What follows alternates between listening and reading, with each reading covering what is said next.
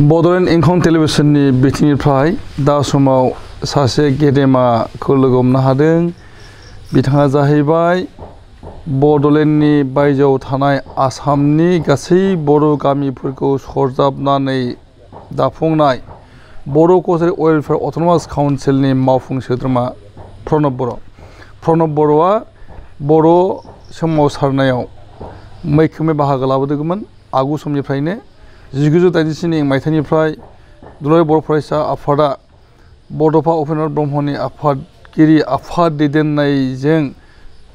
गेदेरथार सोमावसारनाय जुरिदोंमोन 1987 मायथाइनि 2 मार्च खालिनिफ्राय। आरो बै समनिफ्रायनो प्रणब बर'आबो बर' हारि थामोनथानि बाथ्राखौ बिथा लानानै बर' सोमावसारनाय एबा आलादा रायजो आलादा बड'लेण्ड सोरजिनायनि थाखाय बारसोमदोंमोन। बुंथिनो गोनांदि बिथाङा कामरुप जिल्लानि रङिया साखाथियाव थानाय केक'हाटी गामियाव जोनोम मोन्दों आरो केक'हाटी गामियाव दासिमबो बिथाङा दङ आरो बेयाव थानानैनो बिथाङा देरदों लावदों। बिथांनि गासै बाथ्राखौ जोङो दिनैनि बे मोगा-मोगिनि गेजेरजों मिथिनो लानि आरो बर' कसारि वेलफेयार अट'नमास काउन्सिलनि माखासे बाथ्रा जोङो मिथिनानै लानि दिनैनि बे सावरायनायनि गेजेरजों। दा जों बिथांखौ जोङो बरायनाय होदों आरो खुलुमनाय होदों। बरायबाय। खुलुम। नोंथाङा बर' कसारि वेलफेयार अट'नमास काउन्सिलनि सासे दा EM जानानै दङ आरो नोंथाङा बिनि आगुआव सासे सोमावसारारिमोन होननानै बुंनो हायो। बबेखानि 1987 नि जेनाखि बर' सोमावसारनाय बड'फा उपेन्द्र ब्रह्मनि दैदेननायाव बेवहाय बारसोमदोंमोन। 1993 आव BC एकर्ड जादोंमोन 20 फेब्रुवारि खालि आरो बिनि उनाव नोंथाङा माने सोमावसारनायजों आरो सम्पर्क गैयि जादोंमोनब्लाबो 1996 मायथाइनिफ्राय BLT आ जेब्लानाखि सोमावसारनाय जुरिफिनो बड'लेण्डनि थाखाय नोंथाङा आरो बेवहाय नांफाफिनदोंमोन होननानै मिथिनो मोननाय जादों। आरो बिनि उनाव नोंथाङा थांनाय 2020 मायथाइनि 27 जानुवारि खालि जेनाखि भारत सरकार आसाम सरकार आरो बर' सोमावसारारि आफादफोरजों जेनाखि मोनसे रादाय जादोंमोन बै समसिमहालागै बड'लेण्डनि आवथायाव नोंथांनि गामिया गोलैयामोन। बै साननि उननिफ्राय नोंथांनि गामिया माने मोनसे मुक्तिनि मोखां एबा उदांथिनि मोखां एबा थामोनथानि फारसे मोखां जानो हादों होननानै मोनदांथिनाय जोंनि फैदों। माने बर' कसारि अट'नमास वेलफेयार काउन्सिलनि बाथ्रा बिनि उनाव नोंथाङा माने EM जाफैनो हादों आरो बिनि आगोलाव नोंथाङा बै वेलफेयार अट'नमास काउन्सिलनि थाखाय मुभ खालामनायाव दंफायोमोन। बायदिसिना गासै बाथ्राखौ जों नोंथांनिफ्राय जोङो मिथिना लागोन। बिनि आगोलावनो नोंथांनि जिउनि बाथ्रा नोंथांनि उन्दै समनिफ्राय दा समसिमनि बाथ्राखौ जोङो रायजो राजानि सिगाङाव बेखेवसारनो लुबैदों आरो नोंथांनि रावजोंनो बे बाथ्राखौ बुंथिना होदो। जेब्ला आङो हाइ स्कुलाव दङमोन अब्ला जोङो मोनसे समनि जा बर' सोमावसारनाय बड'फा उपेन्द्रनाथ ब्रह्मनि दैदेननायाव दुलाराय बर' फरायसा आफाद बेखौ जोङो खोनाबाय थायोमोन। बिदिनो आन्दलन खालामबोबाय थानाय सारा आसामनि बर'फोरा एबसुनि दैदेननायाव जोङो रेडिअ' बै समाव रेडिअ' थायोमोन दङमोन बेयाव जोङो खोनायोमोन निउसफोराव मिथियोमोन। खिन्थु आङो 1993 जेब्ला फेब्रुवारि 20 आव बर' माने अट'नमास काउन्सिल BSC सुक्ति जादोंमोन अब्ला जोङो माने गोजोननाय मोनदोंमोन आरो बिदिनो जोङो गामिफोराव जोङो खाना जालायलांदोंमोन आरो अब्ला आं देरबोबाय थादोंमोन।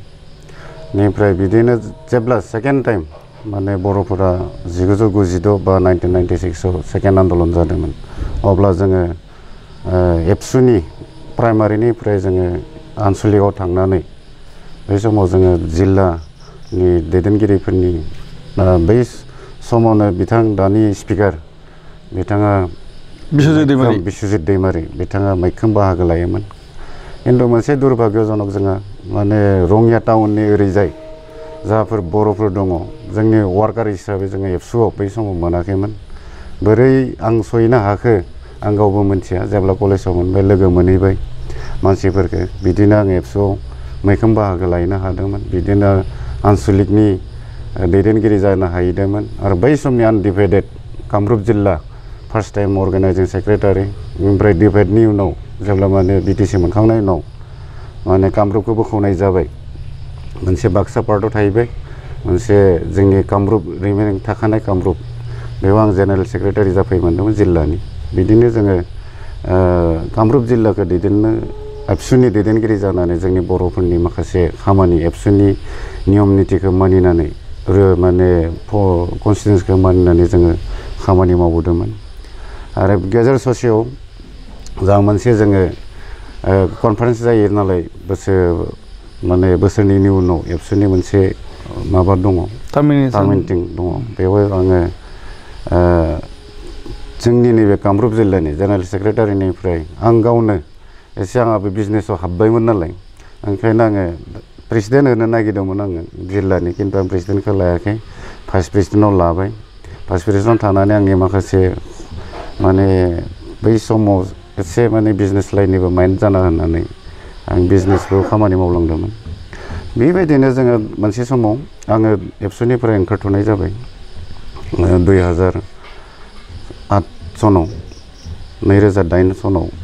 अब्ला आङो बिजनेसाव मैखोम बिजनेसाव आङो PWDनि खामानि मावोमोन आसाम गभर्नमेन्ट जाखिनि बिजनेस मावनानैबो आङो 2013 सिम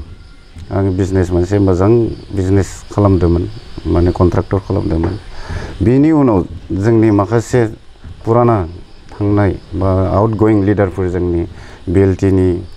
सोरबा एबसुनि दा दिनै बर' कसारि वेलफेयार अट'नमास काउन्सिलनि chief minister Basumatary Boro' Kachari welfare autonomous काउन्सिलनि चेयारमेन गाम्बारु मुसाहारि आरो बिदिनो जोंनि EM आंनिनो माने कलिग अनिल बसुमतारी बिथांमोनखौ सेकेन्ड टाइम गोदो एबसुआव लोगो मोनबोजोबखानायमोन उनावहाय जों गेजेराव गेप्स थानानै आक' जोङो 2013आव मानसिखौ जों लोगो मोनलायनानै नै 2014निफ्राय जा मोनसे EBPOनि जों जोनोम होनाय बेयाव आं आक' संगठनाव बा मोनफिननो हैदों आरो दा बेबायदिनो आंनि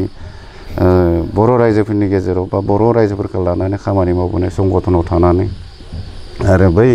1996आव जा मोनसे BLTनि मुभ बिथांमोननि जा माने खामानि मावनाय जों एबसु आरो BLT मोनसे जिहेतु मोनसे इन्टारनेल सोमोन्दो दङ बेफोर माखासे खामानि मावबोदोंमोन आरो आङो नैबे केवगाटि गामियाव जै 96आव ओंखारलांबाय आङो न'निफ्राय गामियावनो आङो बेसेबा गोबावनि उनाव देग्लाय नैबे बोसोरावसो फैफिननाय थाफैफिनबाय बाखि बोसोरखौ आङो रङिया टाउन बा जोंनि एबसु अफिस बेयावनो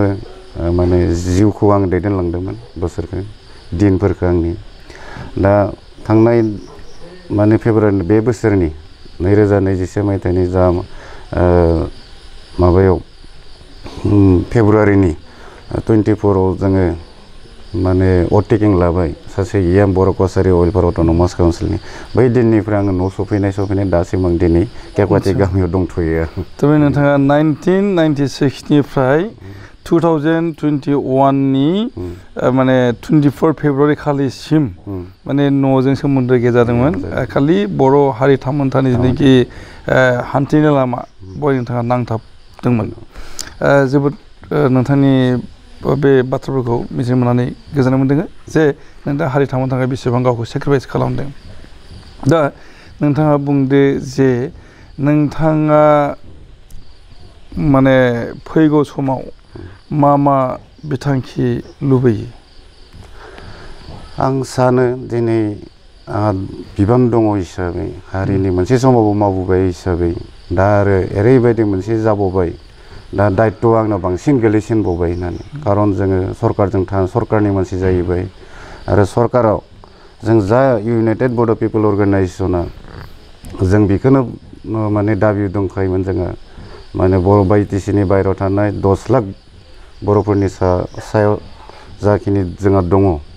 बेखौ लानानै जोङो जिहेतु BTCनि बायहेरायाव बर' कसारि अट'नमास काउन्सिल नांगोन होननानै दाबि खालामबोबाय थादों खम पिरियडआवनो जों मोनफुंनोबो हादों माने 2014 सननिफ्राय 2021 जों मोनफुंनो हादों 6 इयार्स माने डिफारेन्स आरो दा बेवहाय आं गावखौनो बुजिना मोनाखै आंबोदि सासे EM जाफैगोन मोनसे समाव आं EM जानानै आक' रायजोनि खामानि बार्डेन लाबावगोन बेखौ आं सानाखैमोन खिन्थु आं सानो इसोरानो आंखौ बिदि हरनो हागौ बा बिदिनो माने बा मावबावनो थाखाय थिनहरनो हागौ बेखौ आं सानो मोनसे खोथाया जाहैबाय दिनै आङो EM मोननानै जोंनि जाखिनि काउन्सिला जिहेतु जोङो 6 सिडुल एरियायाव जोङो जेबो खामानि जोंनि काउन्सिला हाया दा 6 सिडुल एरियानि जिखिनि जोंनि जिल्ला दङ आसामाव बर'फोर दङ आरो जिल्ला थानाय बर'फोरनि सायाव आं सानो जेसेबां आं हायो आंनि बिसाख आङो मावफुंलांगोन मोजाङै आं जा मावो आंनि बर' रायजो फिसाफोरनि बा बर' फिसाफोरनि थाखायनो मावगोन आरो जाखिनि सरकारि माखासे जोंहा मावनो गोनां थागोन बेफोरखौ आं पार्मानेन्टलि मावलांनो होननानै आं सानना दङ गोसो सिङाव मानो होनब्ला जोङो जोंनियाव जेब्ला माने बाजेट फैगोन दाथ' जेबो गैथ'वा जोंहा डिपार्टमेन्टखौनो मोनथ'बावाखै दा जोंहा नङा होमबा जोंनिया सिबाबो माने गोदान जोंफोरबो गोदान जों दा गभर्नमेन्टजों रायलायबाय थादों दाख्लै बावैनो जा मोनसे गभर्नमेन्ट गोदान फैदों दा जोङो रायलायबाय थादों हार्डलि जोङो जुलाइ मासाव जों बाजेटखौ हमगोन होननानै बिथांमोना गभर्नमेन्टआ बुंदों आसाम गभर्नमेन्टआ जों मोनगोन बिदिनो जों आगष्ट बा सेप्तेम्बरफोराव जोंनि काउन्सिलाव फान्डआ रिलिज जाहैगोन जोंनि काउन्सिलाव लागै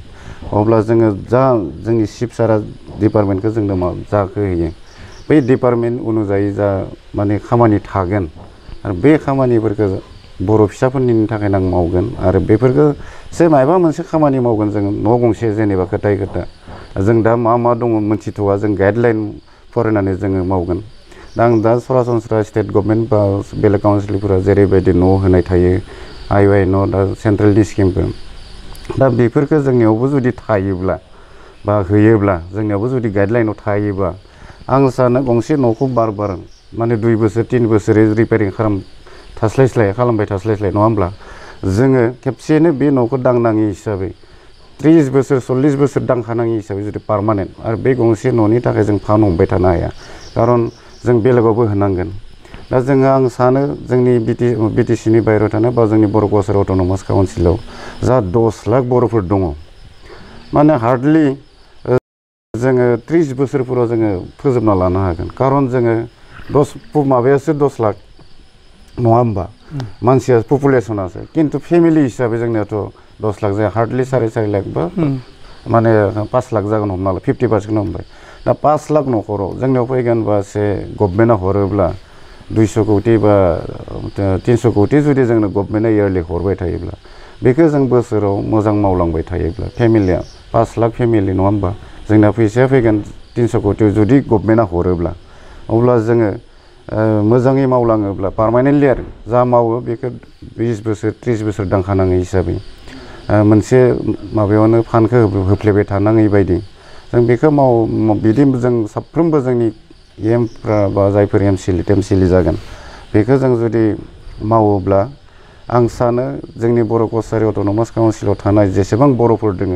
हार्डलि 30-35 बोसोरनि उनाव जोङो माहाजोन जाजोबगोन होननानै बुङो आरो जोंनि गामिनि फारसेयाव आচ্ছা बे जाहैबाय नोंथांनि कनसेप्ट जाहैबाय साननाय आरो बेबायदि प्लेनिं लांनो हायो नामा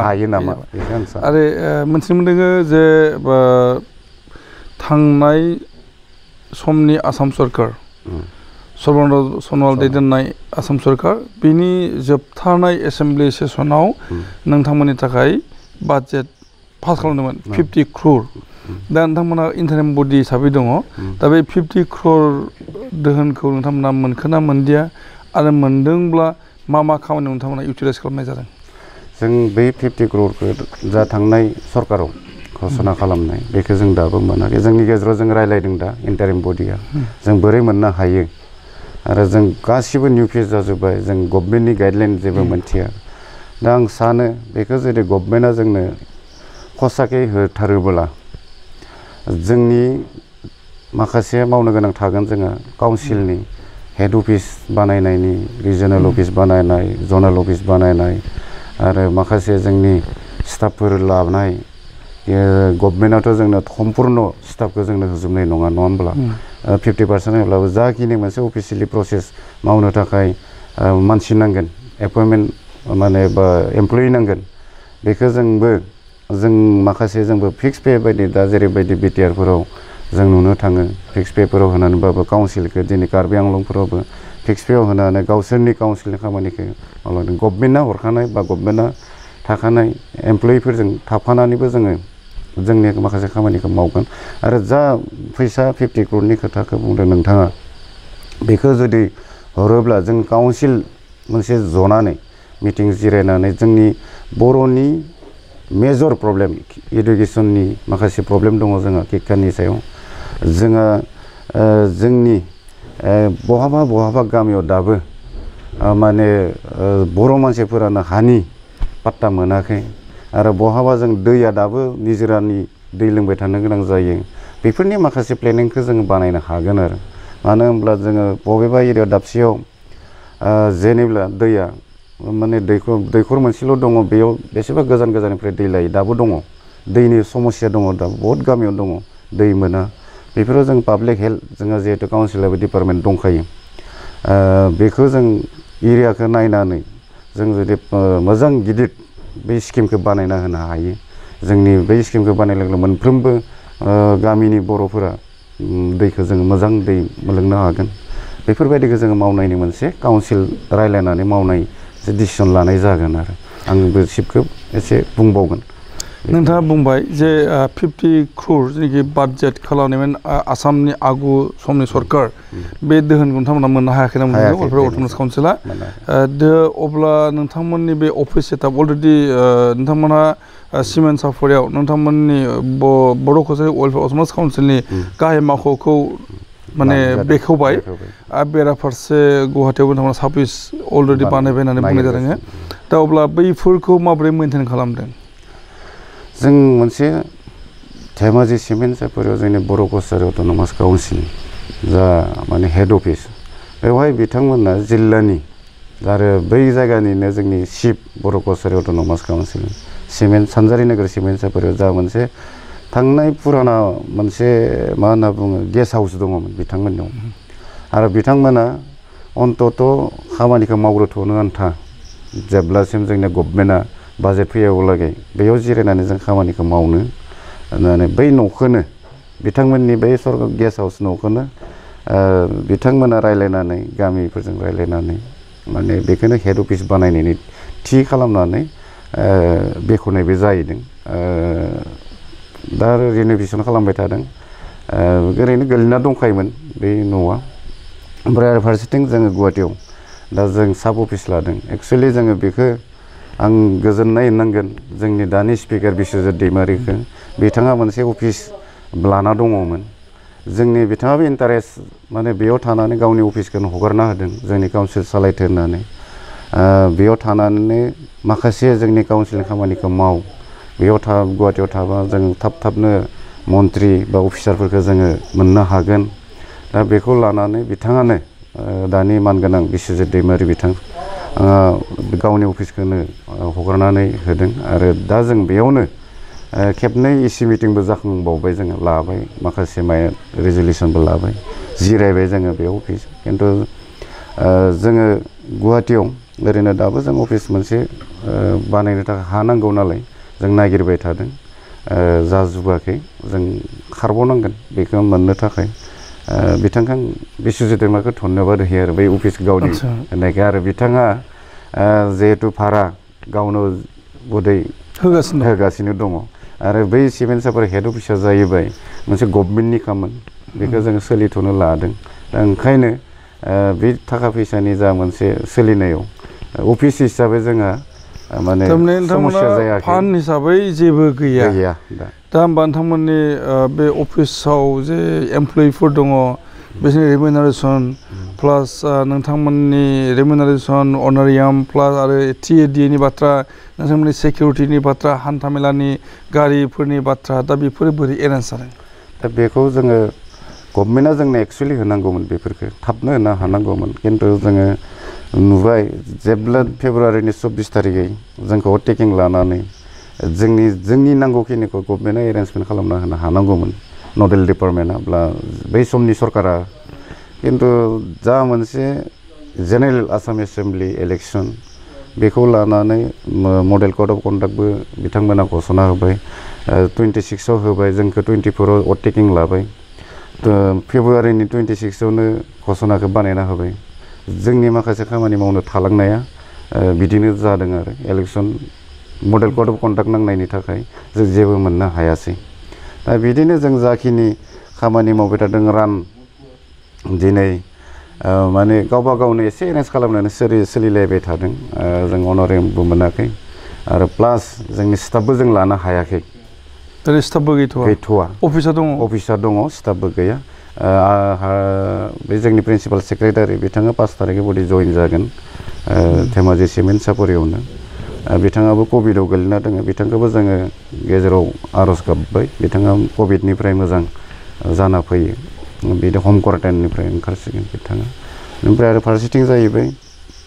दा जोंना सिकिउरिटिनि बेलायाव नङा होमब्ला दा सिकिउरिटिखौ जोंनि आसाम गभर्नमेन्ट एरेन्ज खालामना होनांगोन बा काउन्सिला जुदि प्रिन्सिपाल सेक्रेटारि थानायमोनब्ला बदे बिथाङा एरेन्जखौ खालामना होनो हागौमोन खोमा बेखौबो आंबो बारा बुजिजोबनाय नंला खारन आंबो गोदान EM नङा होमबा थेवब्लाबो मोनसे खोथाखौ बुंदोंमोन बै नडेल डिपार्टमेन्टआ सोरनोबा जुदि सिकिउरिटिखौ नांगौब्ला SP-नाव बुंनानै लानो हायो होननानै बिथांमोना माने बुंदों आरो फारबेलि बाखि लिखित लिरनायजों बिथांमोना हराखै बेखिनि सिकिउरिटिनि बेलायाव थारमाने नोंथां बुंनो थाङोब्ला माने बे काउन्सिलनि नोंथांमोनहा जाहैबाय EM बा चिफ दं डेपुटि चिफ दं नोंथांमोननियावहाय दा बे गासै माने दासिम माने गावबा गावनि पकेट खरसा खालामनानै माबाखौ बे जोंनि काउन्सिलनि सेटआप बेखौ खालामबाय थानांदों आरो बेजोंनो एरेन्जमेन्ट खालामबाय थानांदों दासिम गरसेबो थाखा गभर्नमेन्टनिफ्राय फान्ड मोननाय जाथ'वाखै आरो फान्ड मोनोब्लासो नोंथांमोना खामानिफोरखौ जुरिनो हागोन बेराफारसे इलेक्सननि बाथ्रा फैनोसै नोंथांमोन इन्टारिम काउन्सिल हिसाबै नोंथांमोना फेब्रुवारिनि 24आव माने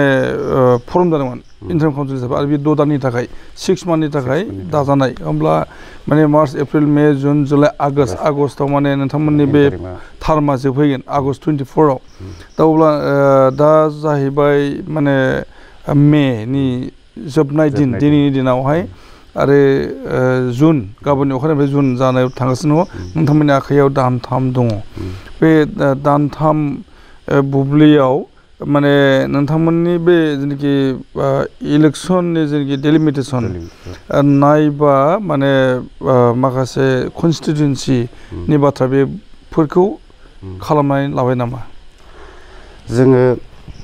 माखासे जोंनि डाटाया दंखाजोबोमोन जोंनियाव बै समनि जोंनि BPO थानाय समावनो जोङो पपुलेसन डाटाया दंखाजोबोमोन दा जों गामि जितु भिलेज नटिफिकेसन आसाम गभर्नमेन्टनिफ्राय फैनांगौमोन होनांगौमोन बे गामिफोरा जोंनि माने नन BTC आव गोलैनाय बा नन BTR आव गोलैनाय दा बेखौ जोङो साबमिटबो खालामबाय अलरेडि जोङो खिन्थु अफिस स्टाफ गैयिनि थाखाय बा इलेक्सननि माखासे खामानियाबो जोंनि काउन्सिलखौ बेक खालामलांनाय जाहैदों दा जोङो दाख्लै बावै गोदान फर्म जानाय सरकार जा माने डिपार्टमेन्ट जोंनि अथराइज डिपार्टमेन्ट दङ WBT नडेल डिपार्टमेन्ट बिथां मन्थ्रिजों रायलायहैबाय जोङो रायलायनायाव बिथाङा बुंदों थाबनो बानायना होनोसै होननानै बाजेटआ जुलाइआव जागोन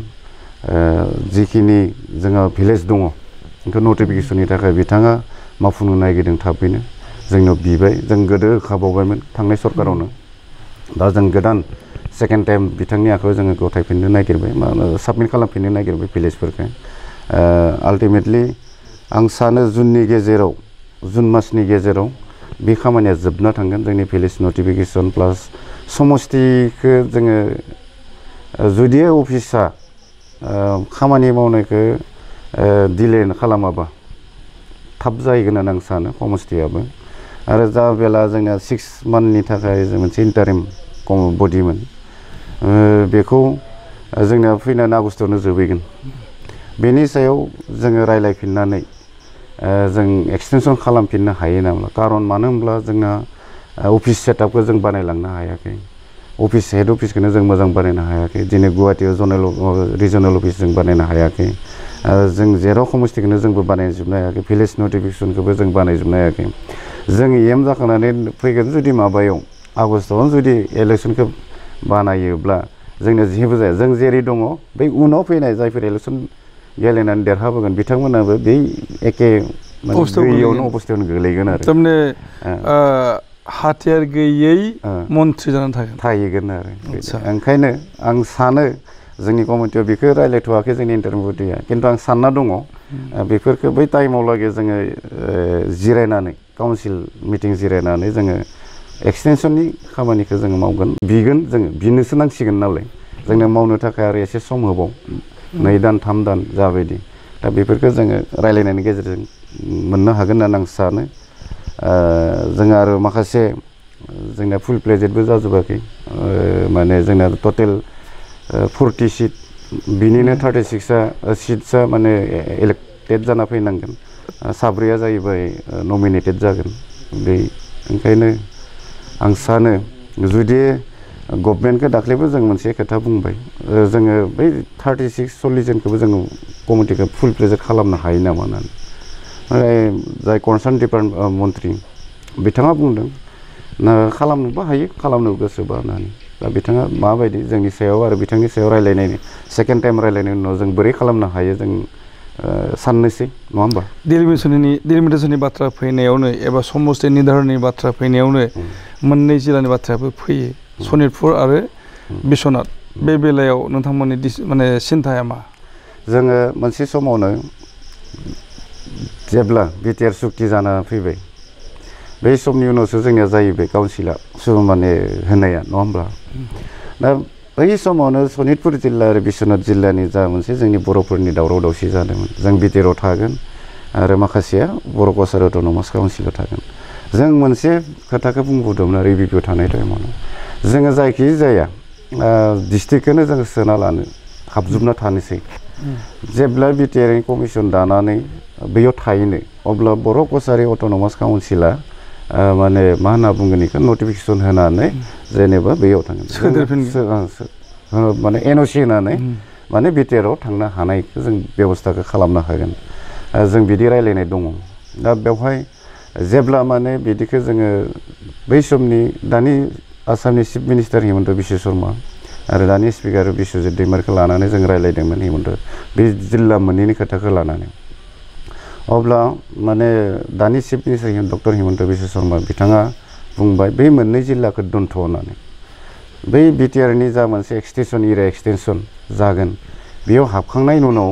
जों बेखौ नटिफिकेसन होनानै जोंनि बर' कसारि वेलफेयार अट'नमास काउन्सिलाव जों सोसनना लाफिनगोन बे बेलायाव जों रायलायनाय जादोंमोन आरो बे बेलायावहाय बावैसो दानि स्पिकार बिश्वजित दैमारि बिथांजों मोनसे मोगा मोगि बावैसो लानाय जादोंमोन आरो बे बड'लेण्ड इंखं टेलिभिजन बिथिंनिफ्रायनो आरो बे मोगा मोगियाव बिथाङा स्पष्टयै बुंनाय जादों जे सनितपुर आरो बिश्वनाथनि जिनिखि इसु बियो माने फैबाय थानाय समाव माने बबेयाव हाबगोन बेखौ बुंनो हानाय जायाखै मा होनना बुङोब्ला बेनि माने रेसपन्सिबिलिटि आरो बेनि माने क्लेरिफिकेसनखौ जों होनो हागोन जेब्लानाखि माने बै inclusion and exclusion of villages of BTR बे जे कमिसन दादों पिभि बार्मानि नेतृत्वआव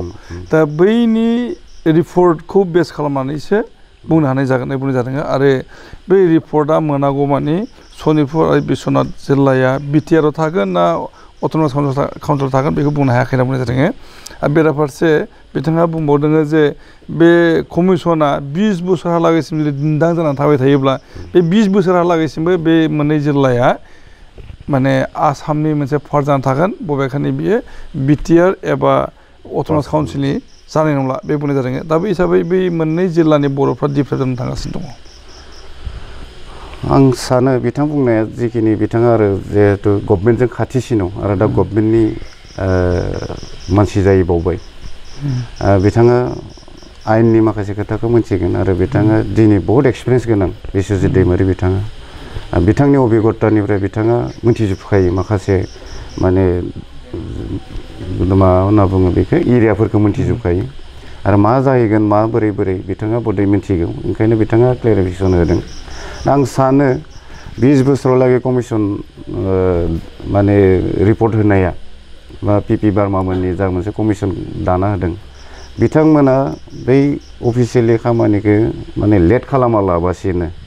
जुदि थाब बानायना होनायखौ आं खावलायनाय थायो मानो होनब्ला जोङो सनितपुर आरो बिश्वनाथआव जोंहा बर' फिसाफोरा बहुद दङ जों मालाबाबो बिसोरनि दुखुखौ नायना थानो हानाय नङा आरो बिथांमोनाबो जों जेरैबायदि बर' बिथांमोनाबो बर' फिसा दा ओंखायनो आङो कमिसनखौसो बुंगोन आरो बिटिआरनि सरकार आरो दा आसाम सरकारा जिहेतु सुक्ति जालायदों नङा होमबा बै सुक्तिखौ लानानै जोंनि मेक्सिमाम दायित्वआव थाहैगोन जोंनि दा बिटिआर गभर्नमेन्टआ नङा होमबा जोंनि बिटिआर गभर्नमेन्टआ बेखौ मावफुंनायनि बेलायाव माने गोख्रों राहा लानांगोन बिथांमोनखौबो आं खावलायो खारन बिथांमोनखौ जों डिप्रेभ मालाबाबो जाहोनो हानाय नङा बिथांमोनाबो जोङो भुक मोनसे मा होनना बुङो थानो लुबैनाय मोनसे हाबिलास थागोन काउन्सिलावनो जा बा बिटिआरावनो जा नङा होमबा बिथांमोनाबो जोंनि बर'जों खुंजानाय माने मा होनना बुङो खुंजानायखौ लुबैगोन नङा होमबा खारन जुदि बिथाङा बे दैमारि बिथाङा जा मोनसे बुंदों माने जुदि कमिसना थाब होआबा बे खोथाया नंगौ खारन जोंबो बुंना लाबोनो हालिया बिटिआर गभर्नमेन्टआबो बोना लांनो मावनो हानाय नङा ओंखायनो जाय मानसिया बा जाय सोद्रोमा जाना दङ कमिसनाव बिथांमोना बेखौ थाब मावफुंनांगोन अब्ला जोङो सनितपुर आरो बिस्वनाथनि जायफोर बर'फोर जोङो बिथांमोनखौ जों मोननो हागोन बिटिआरावनो जा बा जोंनि बर' कसारि अट'नमास काउन्सिलावनो जा आरो जोंनिफ्रायबो नारसिननाय थागोन आं काउन्सिल